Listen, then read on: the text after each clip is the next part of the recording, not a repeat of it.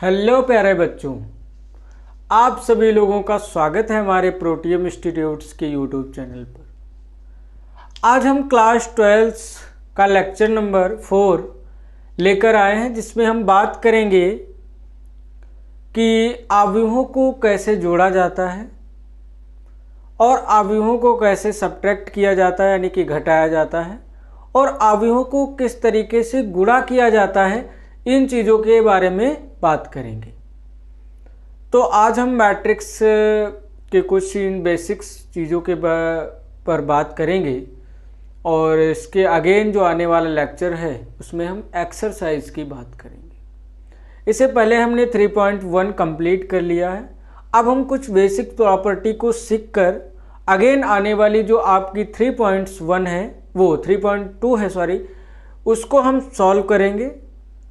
तो उससे पहले हम कुछ बेसिक जानकारी के बारे में बात कर लेते हैं। तो चलो जी स्टार्ट करते हैं। अवयवों को कैसे घटाया और जोड़ा जाता है। तो सबसे पहले हमने हेडिंग डाली है कि अवयवों का योग।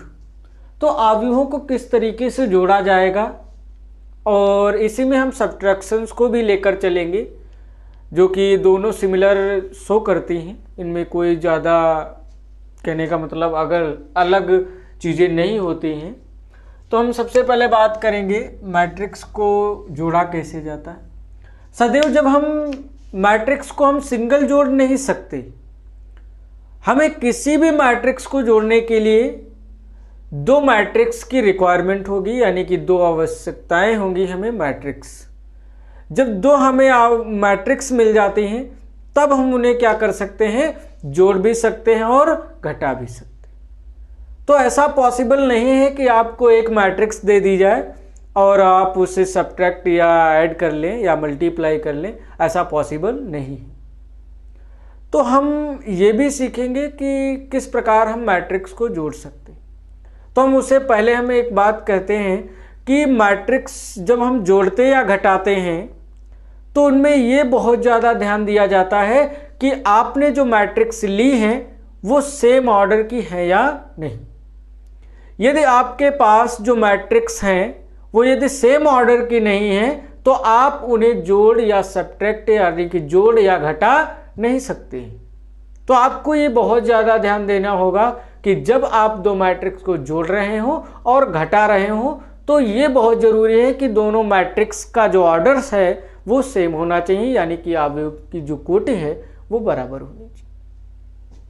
तो अब हम बात करेंगे कि अवयव मान लेते हैं कि अवयव ए और बी है। एग्जाम्पल के थ्रू हम बात करेंगे, डेफिनेशन थोड़ा कम यूज करेंगे। तो हम क्या करेंगे कि मान लेते हैं कि हमारे पास एक मैट्रिक्स ए है जिसमें 2, 3, 4, 5 एलिमेंट्स हैं, और अगेन हमारे पास एक मैट्रिक्स बी है जो कि 2, 5, 3, 1, 0 इस टाइप से हमारे पास क्या है जी, मैट्रिक्स। तो अब हम क्या करेंगे कि इन दोनों मैट्रिक्स को हम जोड़ेंगे। हमसे ये कहा जा रहा है कि आप ये बताइए कि a प्लस बी क्या होगा। तो यदि हमसे a प्लस बी पता करने को कहता है तो हम क्या करेंगे कि दोनों मैट्रिक्स को आपस में जोड़ेंगे। किस प्रकार जोड़ेंगे, हम ये लिखेंगे कि a plus b is equal to क्या होगा, पहले मैट्रिक्स ए ले लेंगे 2, 3, 4, 5, और अगेन जो मैट्रिक्स हमें दी गई है बी वो भी ले लेंगे 5, 3, 1, 0। तो अब आप क्या करेंगे कि आपको मालूम है कि हमने इससे पहले वाले जो लेक्चर्स हैं उसमें हमने ये बताया कि समान अवयव क्या होता है। तो समान अवयव की हम यहाँ पर डिफिनेशन यूज करेंगे कि सदैव क्या करते हैं हम कि जो मैट्रिक्स ऐड कर रहे हैं उनके ऑर्डर भी सेम होने चाहिए, और जब हम दो या दो से अधिक मैट्रिक्स के अवयवों को ऐड कर रहे हों तो हम इधर उधर के अवयवों को उठाकर ऐड नहीं करते हैं। हम क्या करते हैं कि सदैव उनके संगत अवयवों को उठाकर एक दूसरे से क्या कर देते हैं जी, ऐड कर देते हैं। तो हमें मालूम है कि समान ऑर्डर है तो हम क्या करेंगे, संगत अवयवों को लेंगे। संगत अवयव यानी कि 2, 5 को लेंगे तो 2 को 5 से ऐड करेंगे, ठीक है। और अब क्या करेंगे, हम जो 3 है उसे 3 से ऐड करेंगे, और जो आपके पास 4 है उसे 4 को 1 से ऐड करेंगे, और 5 है उसे 0 से ऐड करेंगे। तो आपको जो मिलने वाला है यहाँ पर वो क्या मिलता है कि 3 5 और 2 क्या हो जाएगा जी, 7 हो जाएगा, और 3 3 कितना हो जाएगा जी, 6 हो जाएगा, और 5 1 क्या हो जाएगा, 4 1 5 हो जाएगा, और 5 0 5 हो जाएगी। तो आपने इस प्रकार क्या किया कि दो मैट्रिक्स को इस तरीके से जोड़ लिया। तो आपको ये समझ में आया होगा कि दो मैट्रिक्स को किस तरीके से जोड़ा जाता है। यदि उनके ऑर्डर सेम नहीं है तो हम कह सकते हैं कि उन मैट्रिक्स को ऐड नहीं किया जा सकता। तो इसी प्रकार हम ये एग्जाम्पल से आपको ये डेफिनेशन समझ में आई होगी कि एडिशन कैसे किया जाता है दो या दो से अधिक मैट्रिक्स का। आप यदि कोई ज़रूरी नहीं कि आपके पास दो ही मैट्रिक्स हों, दो से ज़्यादा हो सकती हैं, बट वही कार्य होगा कि जब आप दो या दो से अधिक मैट्रिक्स को आप क्या कर रहे हैं जी, ऐड कर रहे हैं, तो वहाँ पर ऑर्डर बहुत ज़रूरी है। यदि आपका ऑर्डर सिमिलर नहीं है तो आप किसी भी मैट्रिक्स को जोड़ या घटा नहीं सकते। तो इस तरीके से यदि हम बात करें तो हमने क्या किया कि दो मैट्रिक्स को ऐड कर लिया। अब हम बात करेंगे कि अगली जो मैट्रिक्स है उसे हम एग्जाम्पल के थ्रू समझेंगे कि घटाते किस तरीके से। तो पहले हम क्या करते हैं, पहले इनके जो लॉस हैं, नियम हैं, अवयवों के योग के नियम जो है, अवयव के योग के नियम,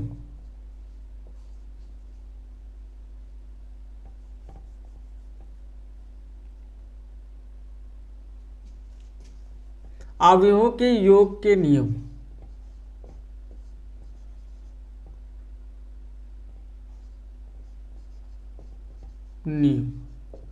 law of addition of a matrix, right. तो इस प्रकार आप क्या करेंगे, दो या दो से अधिक मैट्रिक्स की कुछ लॉज हैं, नियम दिए गए हैं, जिनमें हम बहुत ज़्यादा इससे पहले फिलहाल हमने कॉम्यूटेटिव लॉ यानी कि क्रम विनिमय का नियम और साहचर्य का नियम, इस प्रकार कुछ लॉज हमने देखे थे।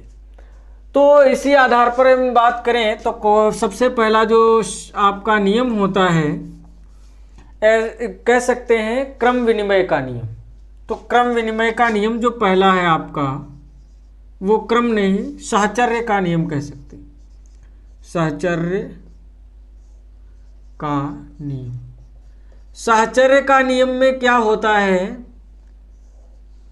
उसमें क्या होता है कि आप क्या करेंगे कि आपको दो मैट्रिक्स दे रखी होंगी, मान लेते हैं कि ए और बी मैट्रिक्स हैं। यदि हम ए को बी में ऐड करें तब भी हमें मैट्रिक्स सेम मिलेगी, ठीक है। और यदि हम क्या करें कि बी को ए से ऐड कर दें तब भी हमें मैट्रिक्स क्या मिलेगी जी, सेम मिलेगी। इसीलिए हम कहते हैं कि जो आपको लॉज दिया गया है, चाहे ए को बी से ऐड करें या बी को ए से ऐड करें, जो आंसर होगा वो सेम होगा दोनों मैट्रिक्स का। इसीलिए हम इस लॉज को कहते हैं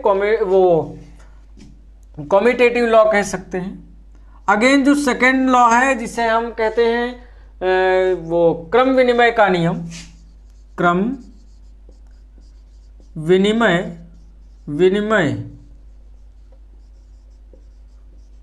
का नियम।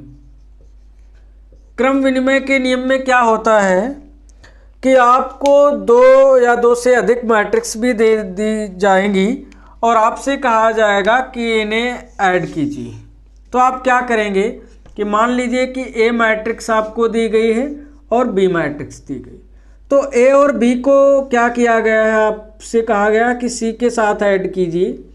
और फिर ये कहा जा रहा है कि यदि इसी मैट्रिक्स को हम इस प्रकार भी ऐड कर सकते हैं कि ए को अलग कर दें और बी और प्लस सी को ऐड करके क्या करें, ए के साथ में जोड़ दें, तो ये जो हमें आंसर मिलने वाला है वो भी सिमिलर मिलने वाला। यदि हमें इस लॉस कॉम्यूटेटिव और एसोसिएटिव लॉ जो हमने देखे उनमें क्या है कि मैट्रिक्स ऐड करने के साथ हमने ये कहा कि दोनों मैट्रिक्स के जो ऑर्डर हैं वो सेम होने चाहिए, बहुत ज़रूरी है।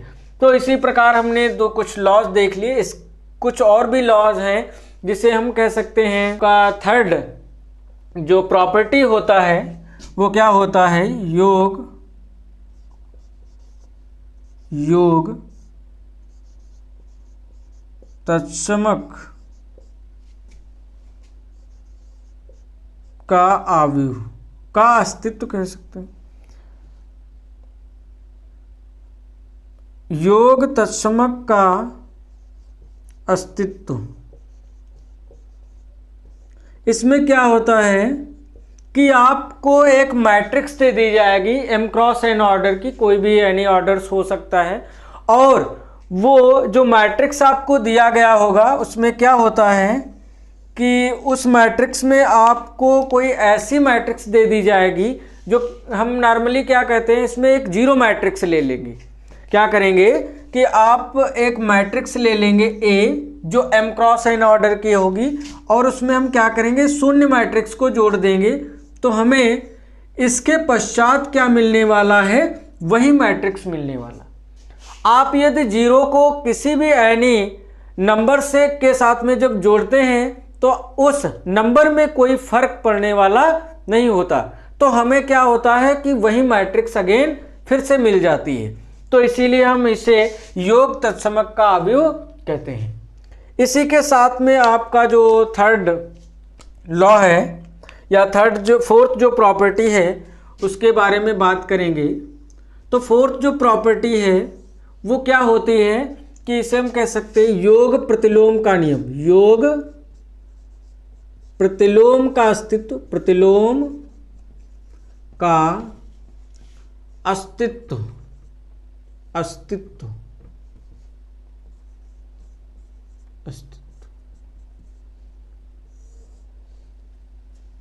एग्जिस्टेंस ऑफ इनवर्स मैट्रिक्स कह सकते हैं। तो ये यदि हम बात करें क्या होता है कि इसमें एक मैट्रिक्स लिया जाता है A, और यदि मैट्रिक्स A हमने लिया है Aij के फॉर्मेट में, ऐसे आप लिख सकते हैं m क्रॉस n ऑर्डर का होगा। तो इस प्रकार आपने एक मैट्रिक्स ले लिया और उस मैट्रिक्स में आप क्या करते हैं कि कोई एक ऐसा साइन ले लेते हैं, साइन यानी कि आप क्या करें कि -a को क्या करें इधर से भी मल्टीप्लाई कर दें, और क्या होता है कि इधर क्या करें कि आप इस मैट्रिक्स को इस प्रकार भी लिख सकते हैं कि -aij के फॉर्म में m क्रॉस n की।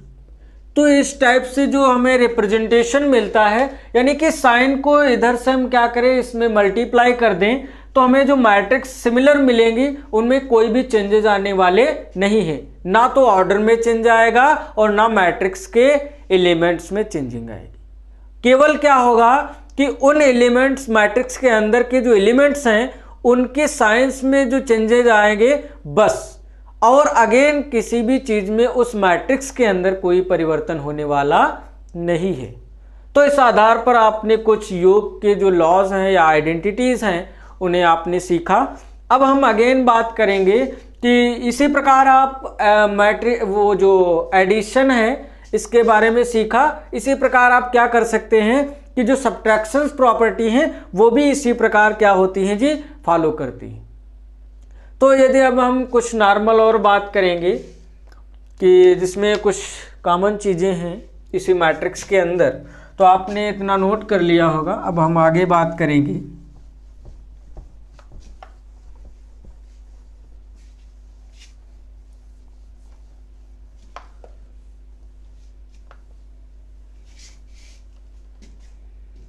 अगेन हम बात करेंगे कि कोई आपके पास एक मैट्रिक्स होगा सेकंड नंबर पर, यानी कि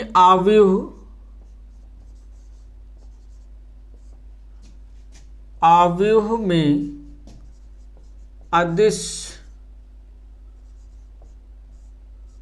का गुणन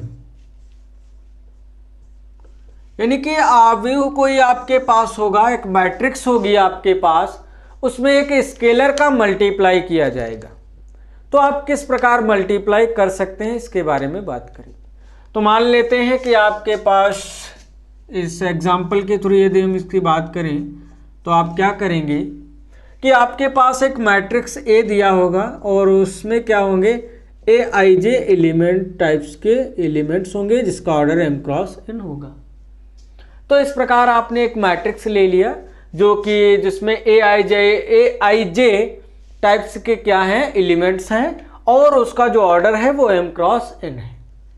तो यदि उसका ऑर्डर m क्रॉस n है तो हम यदि कहें कि आपके पास एक कांस्टेंट है, यानी कि स्केलर क्या हम मानेंगे, अदिश जो होगा, अदिश को क्या हम मान लेते हैं कि का स्केलर नंबर है जिसे हम क्या करेंगे किसी भी मैट्रिक्स के अंदर मल्टीप्लाई करते हैं तो उसका हमें इफेक्ट क्या देखने को मिलता है इसके बारे में बात करें।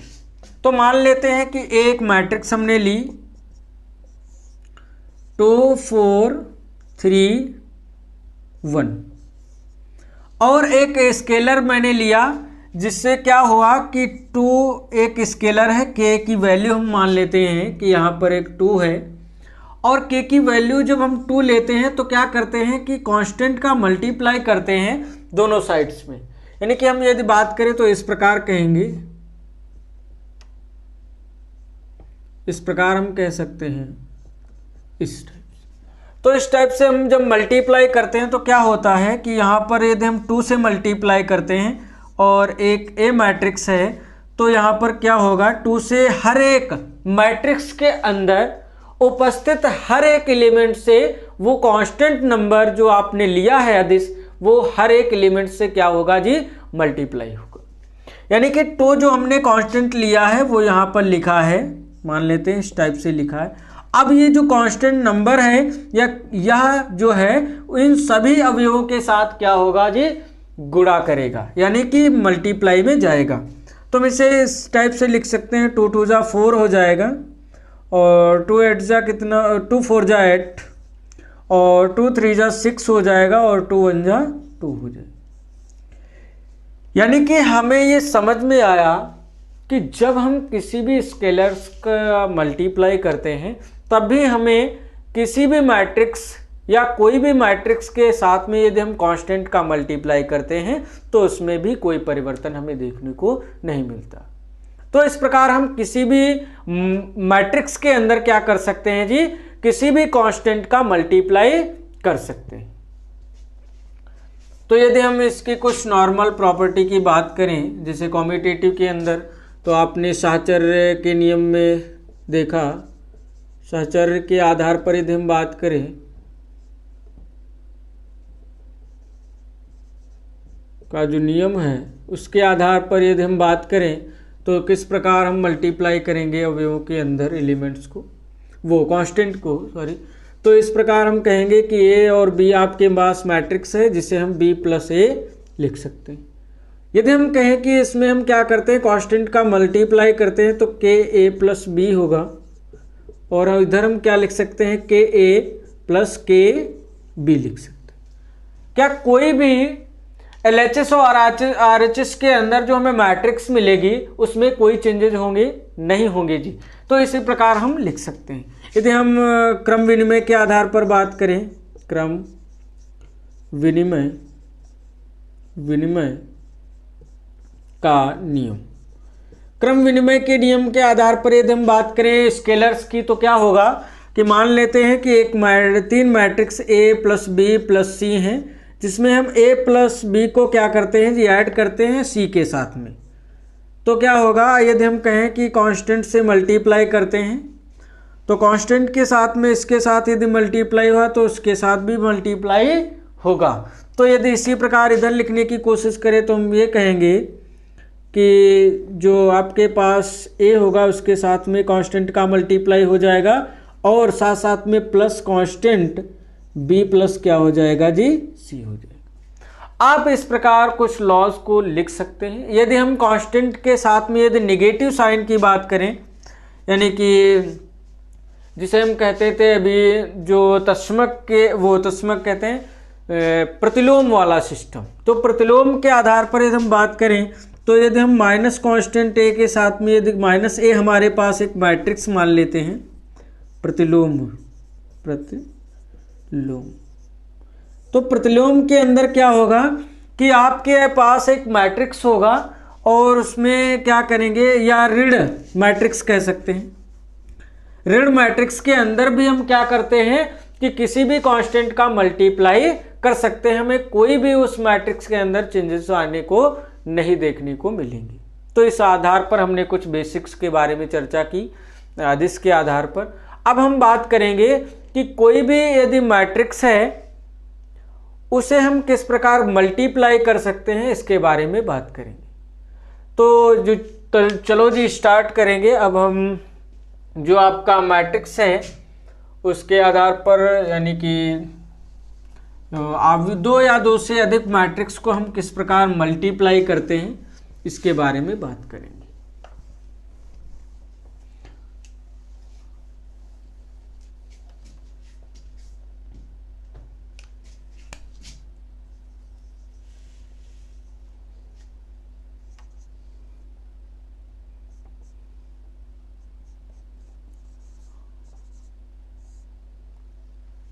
आव्यूह का गुणा।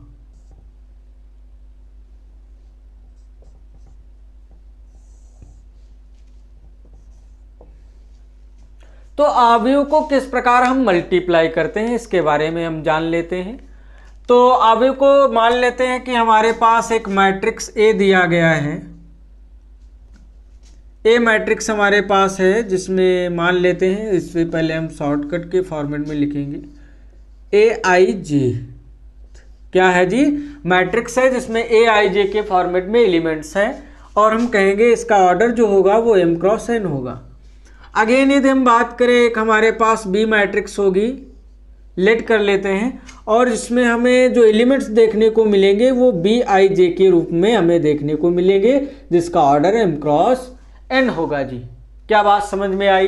तो इस प्रकार हम बात करेंगे। तो यदि हम कहें कि ए के एलिमेंट्स के अंदर, जो ए की मैट्रिक्स के अंदर यदि एलिमेंट्स लिखने की कोशिश करें तो मैं कहेंगे कि A11, A12 और A13, इस प्रकार हम चलते जा सकते हैं, लिखते जा सकते हैं n टाइम्स तक, बट हमें ज़रूरत नहीं। तो इस प्रकार हम क्या करेंगे, अगेन जो मैट्रिक्स होगी वो A21, A22 और A23 के फॉर्मेट में लिखेंगे। इसी प्रकार A31 और A32 और A33 के रूप में लिखेंगे। इसी प्रकार हम मान लेते हैं कि हमारे पास एक मैट्रिक्स B है, जिसे भी हम इस प्रकार लिख सकते हैं।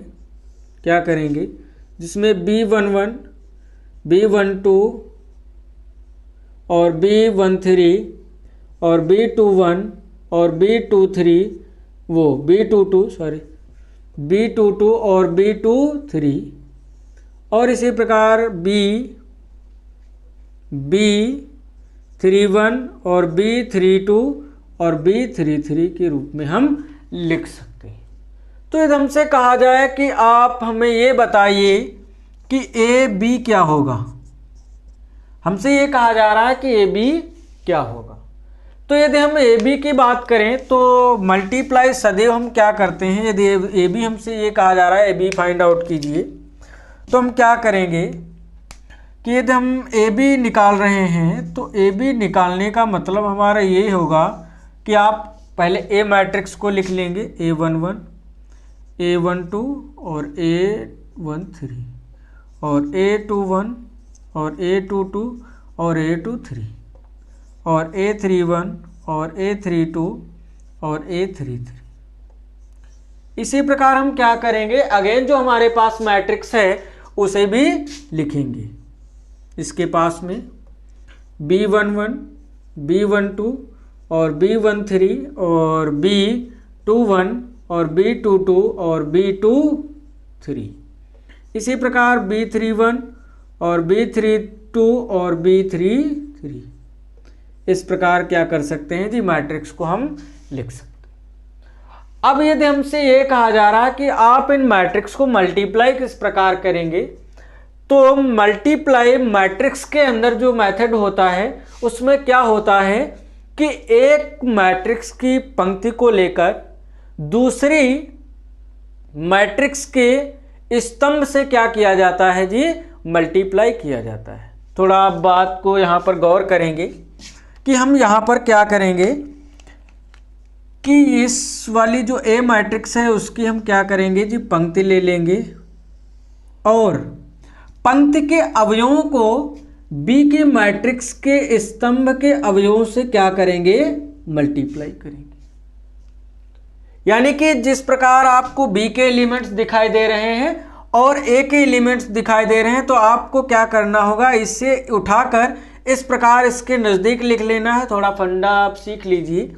तो क्या होगा कि आप पंक्ति को उठाइए और सीधा कर दीजिए, और जब आप पंक्ति को उठाकर सीधा कर देंगे और उसके बाद आप क्या करेंगे, मल्टीप्लाई करेंगे बी मैट्रिक्स के स्तंभ के साथ। तो इस प्रकार कुछ आपको दिखाई देगा कि A11 की मल्टीप्लाई B11 के साथ कर रहे होंगे, तो आपको जो अवयव मिलने वाले हैं तो A11 की मल्टीप्लाई B11 के साथ, तो A11 की मल्टीप्लाई B11 के साथ। इसी प्रकार क्या करेंगे कि B12 की मल्टीप्लाई B23 के साथ प्लस लगा लेंगे, और फिर B12 की मल्टीप्लाई A12 की मल्टीप्लाई B12 के साथ, क्या आपको बस वो B21 के साथ, सॉरी B21 के साथ। इसी प्रकार A13 की मल्टीप्लाई B31 के साथ प्लस लगा लेंगे, और A13 की मल्टीप्लाई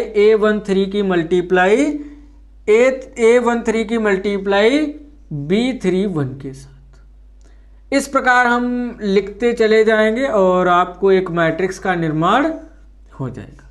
तो आपको जहाँ तक कि यहाँ पर यानी कि फर्स्ट वाले अवयव का जो मल्टीप्लाई होगा वो फर्स्ट कॉलम के फर्स्ट अवयव से होगा, सेकेंड अवयव का जो मल्टीप्लाई होगा सेकेंड कॉलम के सेकेंड एलिमेंट के साथ होगा, और जो थर्ड एलिमेंट होगा रो का वो कॉलम के थर्ड एलिमेंट के साथ होगा। तो इस प्रकार आप क्या करेंगे, दो या दो से अधिक मैट्रिक्स को मल्टीप्लाई कर सकेंगे। और इसमें कुछ खास बात है, जब हम दो या दो से अधिक मल्टीप्लाई कर रहे होंगे तो जो कॉम्यूटेटिव एसोसिएटिव लॉ आपने देखे वो यहाँ पर क्या होता है कि एसोसिएटिव लॉ तब फॉलो करता है और कब फॉलो करता है, और इसी प्रकार हम देखेंगे एसोसिएटिव लॉ फॉलो करेगा या नहीं करेगा और कॉम्यूटेटिव लॉ फॉलो करेगा या नहीं करेगा, इसके बारे में बात करेंगे। तो हम चलो जी चलते हैं। तो ये चीज़ें आपको समझ में आई होंगी इन एग्जाम्पल के थ्रू। अगेन ये चीज़ें आपको डिटेल में समझ आ जाएंगी जब हम एक्सरसाइज को स्टार्ट करेंगे। तो चलो जी आगे बढ़ते हैं, बात करेंगे थोड़ा इनकी प्रॉपर्टीज़ के बारे में। तो आपको ध्यान रखना होगा वहाँ पर जब हम क्वेश्चन यूज कर रहे होंगे।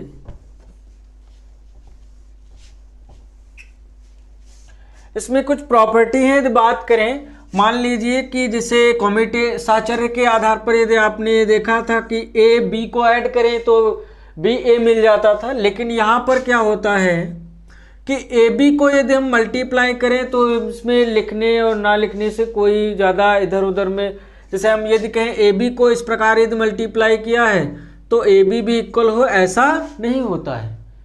तो क्या होता है यहाँ पर कि जब ए को बी के साथ में मल्टीप्लाई किया जाता है तो यदि आपको बराबर चाहिए LHS और RHS तो क्या करना होता है कि B को A के साथ में मल्टीप्लाई करना होता है, तभी आप क्या करते हैं कि LHS = RHS दोनों मैट्रिक्स के मल्टीप्लाई करने के बाद पा सकते हैं।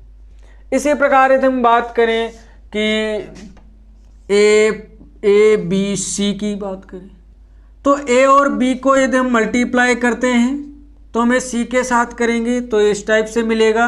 यदि हम कहें कि इसी प्रकार अगेन बात करें एसोसिएटिव में तो क्या होता है कि B को A के साथ मल्टीप्लाई कर लें और सी के साथ में मल्टीप्लाई कर ले, तब इस प्रकार हम क्या कर सकते हैं, ए सी को लिख सकते हैं। सॉरी, यहाँ पर थोड़ा क्या करेंगे, यहाँ पर बी को ए को बाहर ले लेंगे और यहाँ पर क्या करेंगे, बी सी के साथ क्या कर देंगे, मल्टीप्लाई कर देंगे। तो इस प्रकार आप कुछ प्रॉपर्टीज़ को यहाँ पर आपने मल्टीप्लाई के थ्रू देखा, तो कुछ बातें आपको यहाँ से समझ में आई होंगी बेसिकली। अब हम क्या करेंगे, जो आपका लेक्चर है वो हम यहीं पर कंप्लीट करेंगे और जो अगेन आने वाले लेक्चर्स हैं उसमें हम एक्सरसाइज को सॉल्व करेंगे जो आपकी 3.2 है। तो इसी प्रकार हम क्या करते हैं, आज का लेक्चर यहीं तक रखेंगे और आप सभी लोगों का हमारे चैनल से जुड़े रहने के लिए बहुत ही धन्यवाद और सभी लोगों का थैंक यू वेरी मच। धन्यवाद।